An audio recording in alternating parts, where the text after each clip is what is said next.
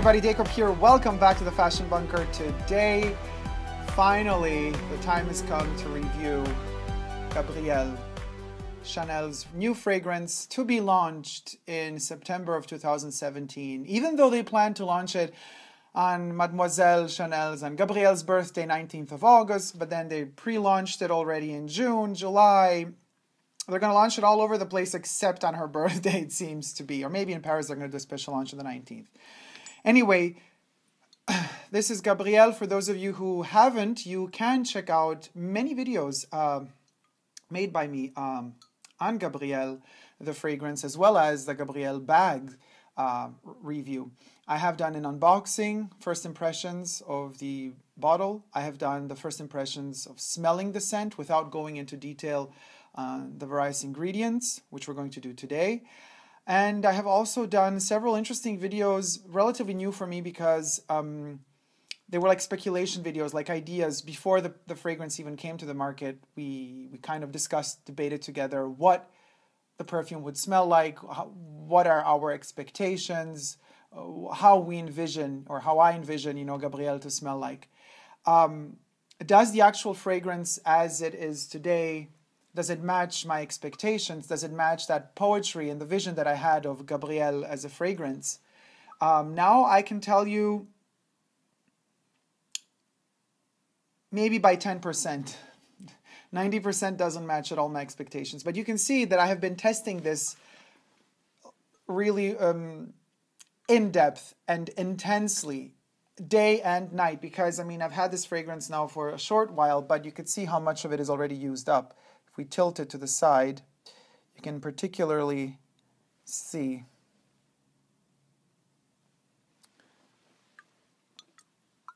ASMR. Very thin glass. Okay, I'm going to spray it on now. I have it already on my chest since a couple of hours. I want that dry down to whiff into me, but let's spray it on the arm.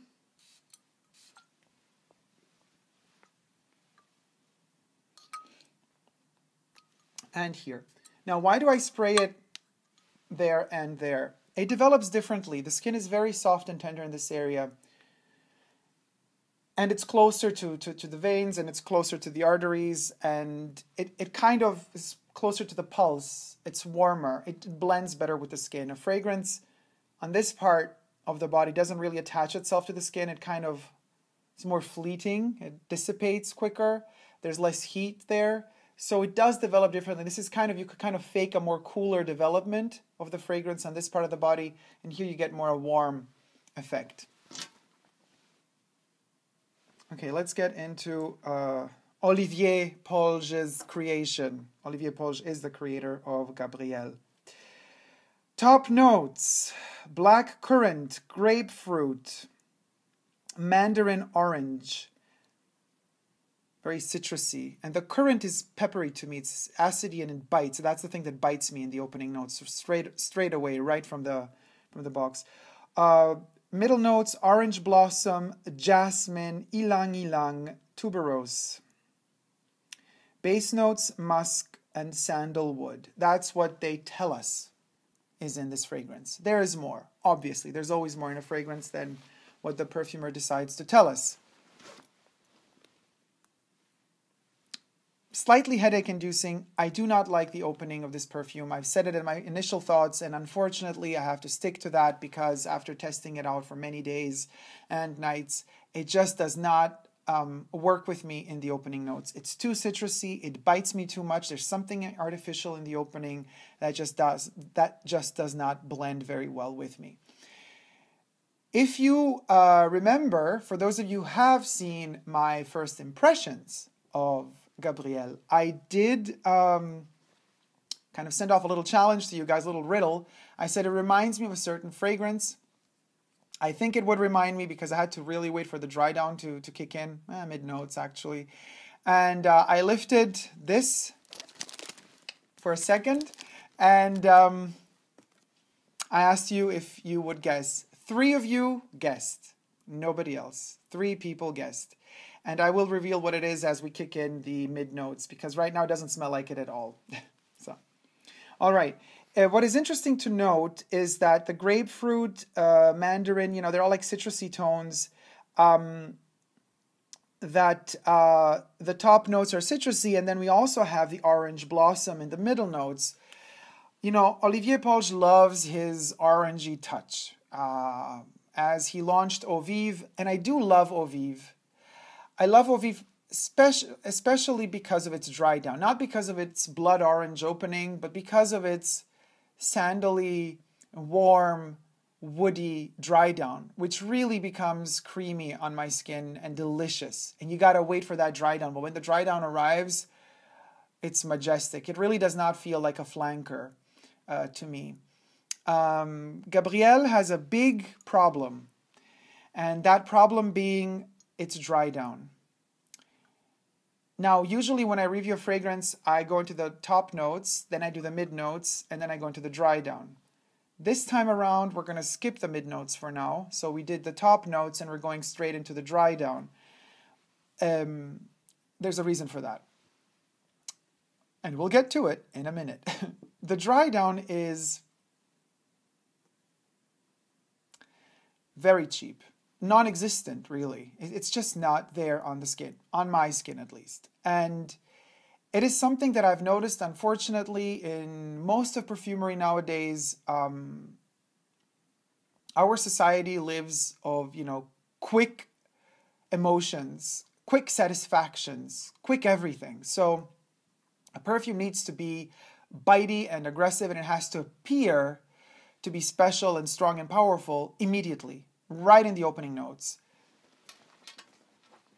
Because I think a lot of these perfume houses believe that that's how they're going to get their customers, because nobody has the time nowadays really to walk, to spray the fragrance on the skin and then walk through the perfume shop or through the city for 2 hours and then feel how the perfume develops, which is how you should purchase a fragrance. That's how you should test it on your skin. And then returning after that to the perfumery store and, then decide whether or not to get a fragrance, because you got to let that dry down kick in before you really decide if you like a perfume or not. Gabrielle does not have a dry down. And mind you, longevity, I don't really like to talk too much about longevity and projection. Maybe sometimes I like to talk about it in terms of, I like a perfume sometimes to project a lot because it protects me from other people, because I don't like people coming too close to me. And if a perfume is too intense, people tend to stay away, which is great. Thank you very much for fragrance that way sometimes if you're in the psychological mood for that. But longevity is very poor. And we're talking 3 hours tops on my skin. And so when the dry down kicks in around the 3rd hour, it's mellowed down to a mere nothing, really. Except, and because I've used up so much of this fragrance, I've been layering it on clothes, on skin, over and over and over and over again. When you really overdo it, then something interesting happens.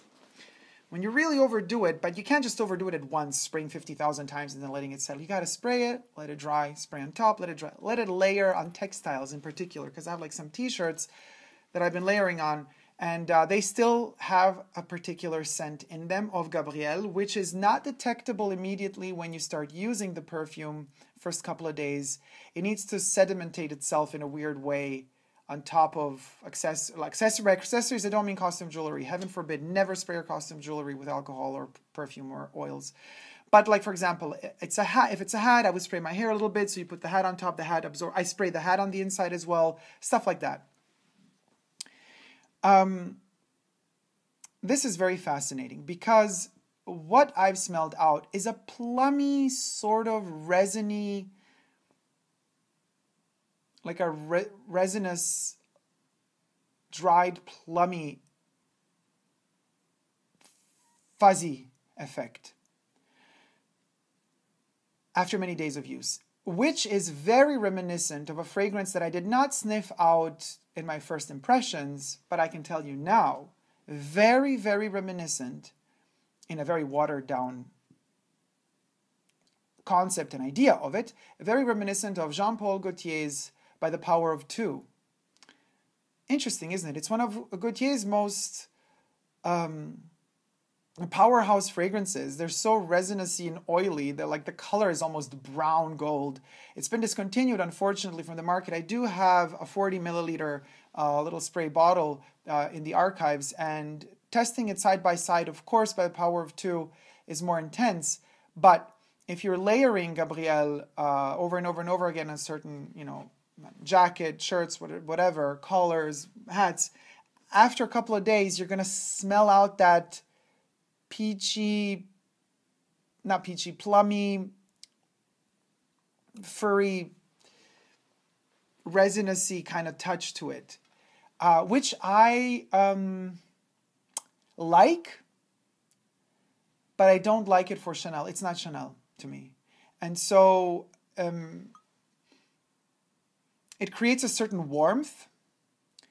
And you might say that's the tuberose. No, you know, tuberose, I mean, the killer tuberose is in Fracas, you know, and I've reviewed Fracas. You could check out the review in the description box down below. Coincidentally, I'm wearing the same piece when I'm reviewing Fracas because they have a similarity because of this tuberose and this kind of darkness in them. I know that this one is all about light and it's supposed to depict and represent light, and the little cross sections are supposed to represent the four, you know, elements that represent the 4 points of light. Olivier, I'm falling asleep already. Dude, like, you overdid it with this bottle. I know a lot of you really love the elegance of it. To me, it's just too much.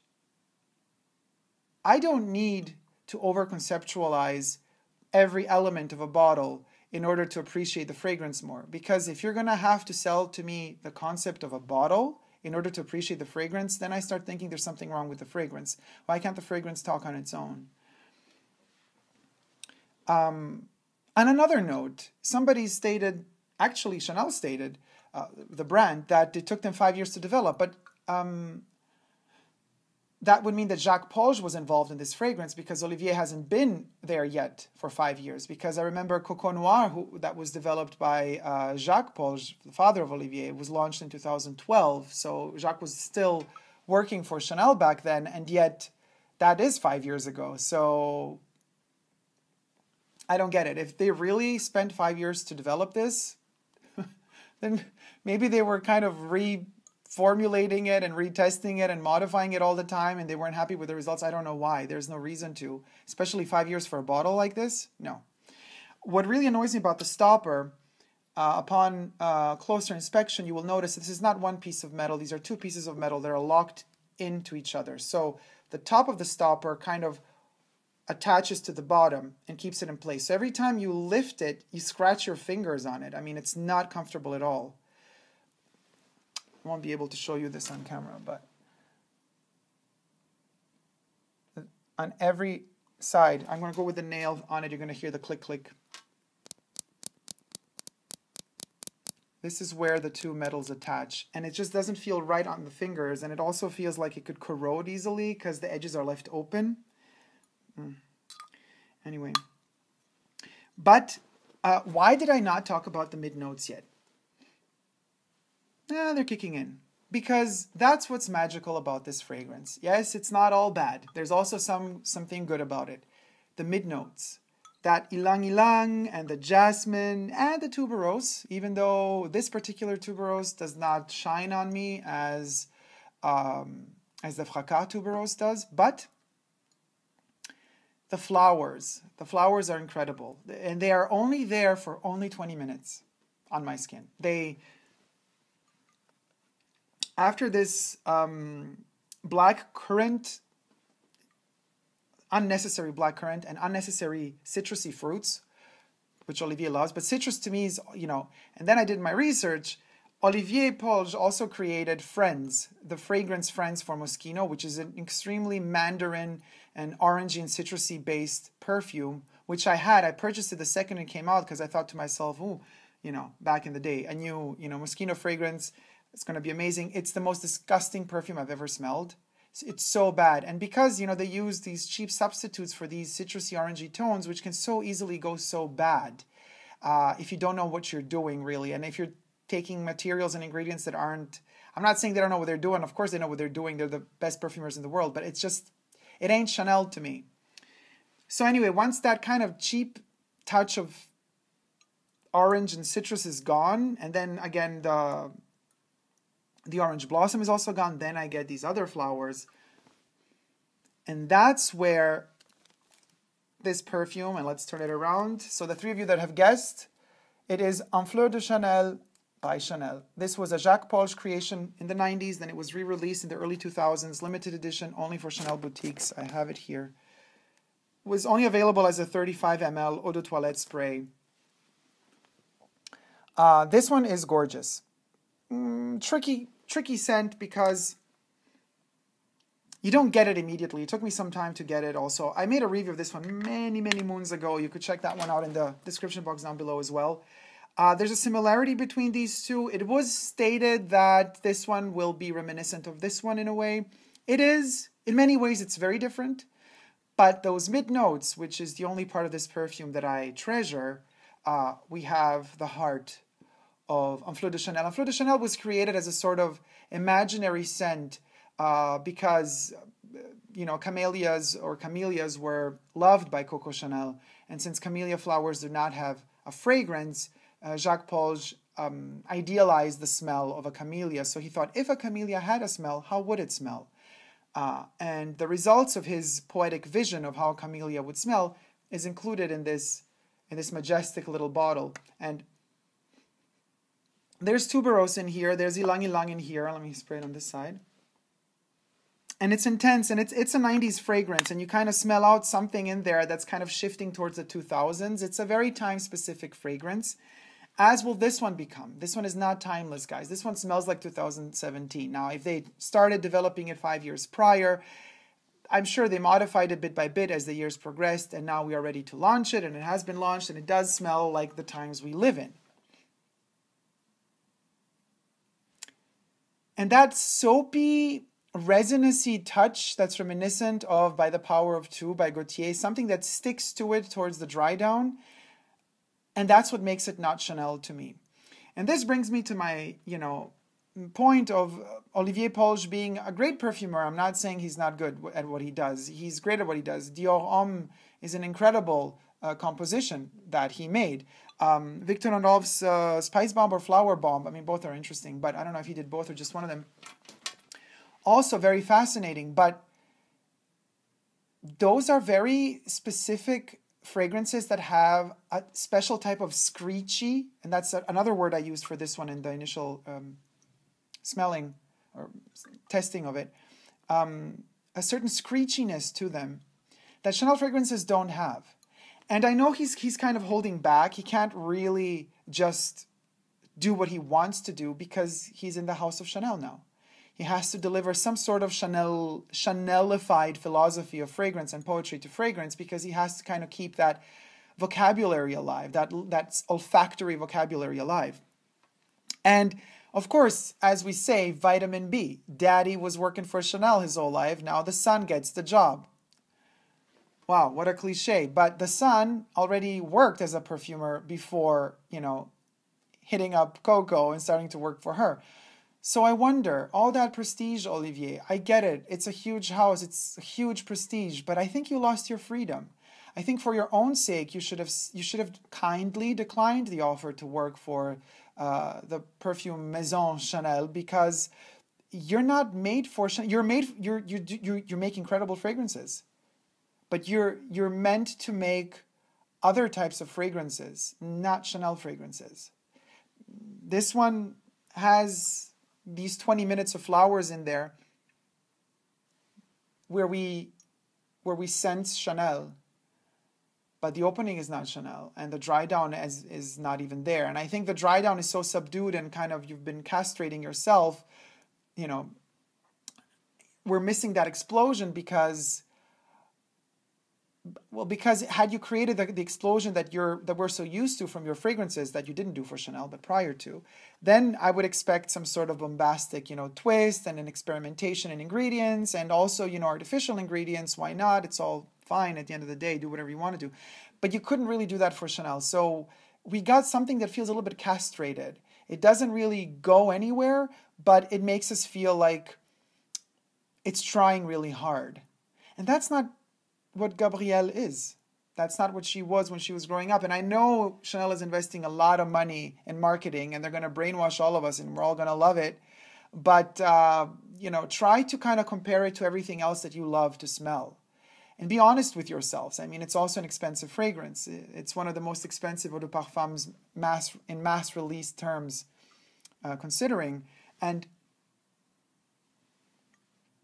every time I try, when I make my perfume reviews, I try to go on a journey I try to let a fragrance take me on a journey. This one kind of blocks me off because every time I want to fall into it and I want to fall into this precipice and enjoy it and devour the fragrance and let it take me somewhere, it doesn't take me anywhere. Those 20 minutes of flowers that I get, they make me believe that something amazing is going to happen at the end of that abstract flowery meadow where some of the flowers are artificial and some are natural. But then I run at the edge of that meadow, and then there's just like a wall, like a glass, you know, maybe even this crystal, no, it's crystal, it's glass, but thin glass wall in front of me, and I can't go further. It won't let me go further because it just stops smelling. And it's a quick fragrance. It's a fragrance you can refresh a lot. It's a fragrance you could use in the office a lot. You know, it just wants to be clean. It wants to be lovable. It wants to be loved. And it's slightly desperate in that way. This desperation is something that I'm sensing more and more from the company Chanel, but it was not Coco Chanel. She was never desperate. And this, you know, apparently Olivier loves his orangey and citrusy tones and grapefruit. That ain't Chanel. Stop with it. Why do you have to keep making perfumes with it in there? And then on top of it all, you know, the sandalwood, the musk, the black currant, they're all synthetic. They all smell really synthetic in here. This is a luxury brand that's supposed to pave the way for all other brands, you know, to kind of, it should be some sort of beacon of light, a guiding star for others to follow, to, you know, in terms of revolution. If you're a luxury brand that's earning billions, trillions, I don't know how much you're earning every year, you have to be the one that's daring to pave the way for others to follow. You should not be the one who dictates, let's play it safe. Heaven forbid we were to lose a million, billion, because we don't trust the consumers to actually be open for something new and different. Well, you're selling yourself too short, and you're also selling us too short. Yes, it will sell because you invested billions in marketing. So you're going to have that initial kick of selling, but this will never be number 5. This will never be number 22. This will never be Gardenia. This will never be Sycamore. Never. Never. Mark my words. And even on Fleur de Chanel, which has been discontinued, this one here, it's so beautiful. It's very simple, very aquatic. You know, it has that jasmine in there that is just so beautiful and almost like a liquid ceramic-y milk. And it's just so clean, simple but poetic. Very Chanel. Very, very. It's like a hidden treasure, like a hidden Chanel that you, like a hidden flower, like the only smelling camellia that you would find in this huge garden next to the water. And that would be this fragrance. And it's still Chanel, even though it's very simplified. And it's so beautifully creamy. It almost has hints of number 22, not in the way it smells, but in the way of that creaminess and resinous creaminess that kind of number 22 delivers with its dry down. This one here is a synthetic mess. And those 20 minutes are already gone on my hands, so the flowers are gone. And now I'm hitting that cheap dry down, which just really, I'm sorry, Chanel, but like this is a huge disappointment. It really doesn't deliver. Actually, you know, it smells the best out of the bottle, which is super strange. Usually out of the bottle, Chanel fragrances smell, they bite you a little. They have the aldehydes in there that kind of tend to bite you a little bit. But this one is like, again, developed to be a pleasant bestseller for at least a season. And mind you, if this had this been a flanker and you're just like creating some summery or late summery fragrance or early fall fragrance to sell to your customers, then so be it. But 15 years we're waiting and you're telling us this will be revolutionary because it's been 15 years since Chanel launched a new fragrance that wasn't a flanker. And you're telling us this is going to be the new number 5, the new number 22, the new Gardenia, the new Sycamore. Are you kidding me? How dare you make fun of us, thinking that we're so gullible and stupid to believe that this is a new number 5, a new Gardenia, a new number 22. It ain't. It saddens me, really, because the There was so much potential. A company that is so powerful, that has everything, that could concoct in terms of perfumery, in terms of fashion, everything. They could revolutionize the world if they wanted to, if they just wanted to take that risk. And that's just that one thing that the company Chanel is just not ready to do at the moment. They're just not ready to do it. Not at all. And that's why I believe Coco herself would have not approved. But then again, you know, that's just my opinion. Who am I to judge? You know, I'm not judging the people that are going to like this one. It's easy to like. And if you're the type of person who's going to like this because you like it, it's easy to like, and then you're going to think, oh, well, and plus it's called Chanel, so I'm having a branded fragrance. Great. If that's enough for you to justify it, go for it. But you're being fooled and tricked into paying much more money for something that isn't worth all that money, and just because it has a brand. I know everything luxury branded is overpriced anyway, but there's a certain amount of design and research that goes into certain pieces that to me justifies the cause. That's just me again. Here I can't justify anything, and even the fact that they're selling me the fact that the bottle is super flat on all sides and how incredible and difficult it is to make, I don't care. You should have wasted less time in the freaking bottle and invested more time in creating the juice that kind of, you know, knocks my head off. Enough ranting. That was my review, guys. No travel, no trip. The only trip that you can save yourself is going to the perfume counter to buy this one. Travel somewhere else.